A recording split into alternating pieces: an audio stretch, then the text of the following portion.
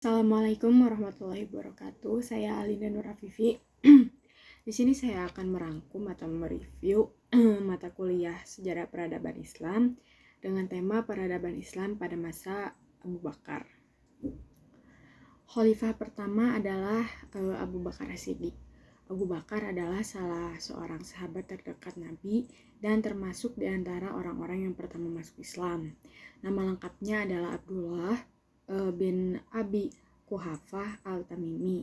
Pada masa kecilnya Abu Bakar bernama Abdul Ka'bah, kemudian nama itu ditukar oleh Nabi menjadi Abdullah. Gelar Abu Bakar diberikan Rasulullah karena ia seorang yang paling awal masuk Islam. Sedang gelar Al-Siddiq yang berarti amat membenarkan adalah gelar yang diberikan kepadanya karena ia amat segera membenarkan Rasulullah dalam berbagai macam peristiwa, terutama peristiwa pada Isra Mi'raj. Lalu setelah Rasulullah wafat, kaum muslimin diberikan suatu masalah berat karena saat Nabi wafat, beliau tidak meninggalkan pesan apapun dan kepada siapa yang akan menggantikan Nabi Muhammad memimpin umat Islam. Di tengah kekosongan tersebut ada golongan sahabat Ansor yang berkumpul di tempat yang biasa digunakan sebagai tempat musyawarah penduduk kota. Pada saat kaum muhajirin mengetahui pertemuan orang-orang Ansor tersebut, mereka langsung menuju ke rumah sahabat dari golongan Ansor tersebut.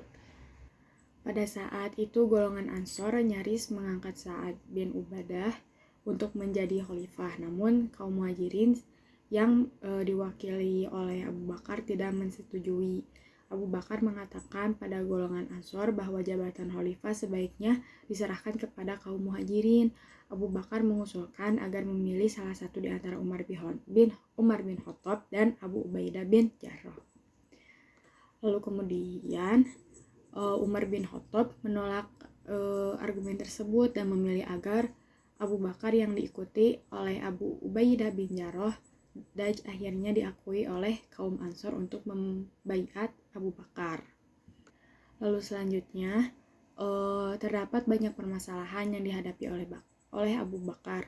Salah satunya adalah perang melawan kaum murtad, orang-orang Arab yang murtad dan memisahkan diri dari jamiah kaum muslim menjadi persoalan yang sangat penting.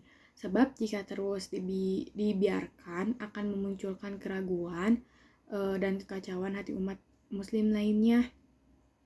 Karena itulah Abu Bakar menyiapkan pasukannya untuk menyerang orang-orang yang enggan kembali dalam pelukan Islam. Selain itu, terdapat pula perang Ummu Zamal dan perang Fajr. Walaupun pada awal permulaan dari kekhalifahan Abu Bakar penuh dengan kekacauan, beliau tetap bersikeras untuk melanjutkan rencana Rasulullah untuk mengirim pasukan ke daerah Syria di bawah pimpinan Usama bin Zaid. Langkah politik yang ditempuh oleh Abu Bakar itu sangat strategis dan membawa dampak positif dan sukses. Selanjutnya ia melakukan ekspansi ke Irak dan Suriah. Untuk membantu pasukan Suriah, Abu Bakar memerintahkan Khalid bin Walid segera meninggalkan Irak menuju Suriah. Kemudian pada masa Abu Bakar, kegiatan Bait al-Mal masih tetap seperti pada masa Nabi Muhammad. Pada masa awal Abu Bakar menjadi khalifah, dia memberikan 10 dirham kepada setiap orang. Lalu pada tahap kedua, beliau memberikan 20 dirham untuk per orang. Fungsi Baiat al-Mal ini adalah untuk mengelola pemasukan dan pengeluaran negara secara bertanggung jawab guna terpeliharanya kepentingan umum.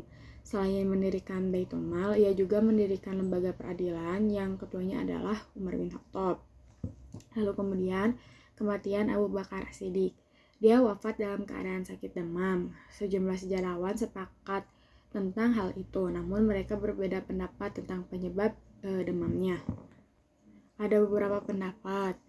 Profesor M. Quraish Shihab menjelaskan dalam bukunya, ada yang menyebutkan kondisi fisik Abu Bakar sedang tidak prima, lalu dia mandi di musim dingin. Setelah 2 pekan dia menghembuskan napas terakhir. Lalu ada pula yang menyatakan bahwa Abu Bakar itu diracuni oleh orang Yahudi melalui madu yang dihadiahkan. Dampak dari itu setelah setahun kemudian ia meninggal. Mungkin cukup sekian yang bisa saya sampaikan. Mohon maaf bila ada kesalahan.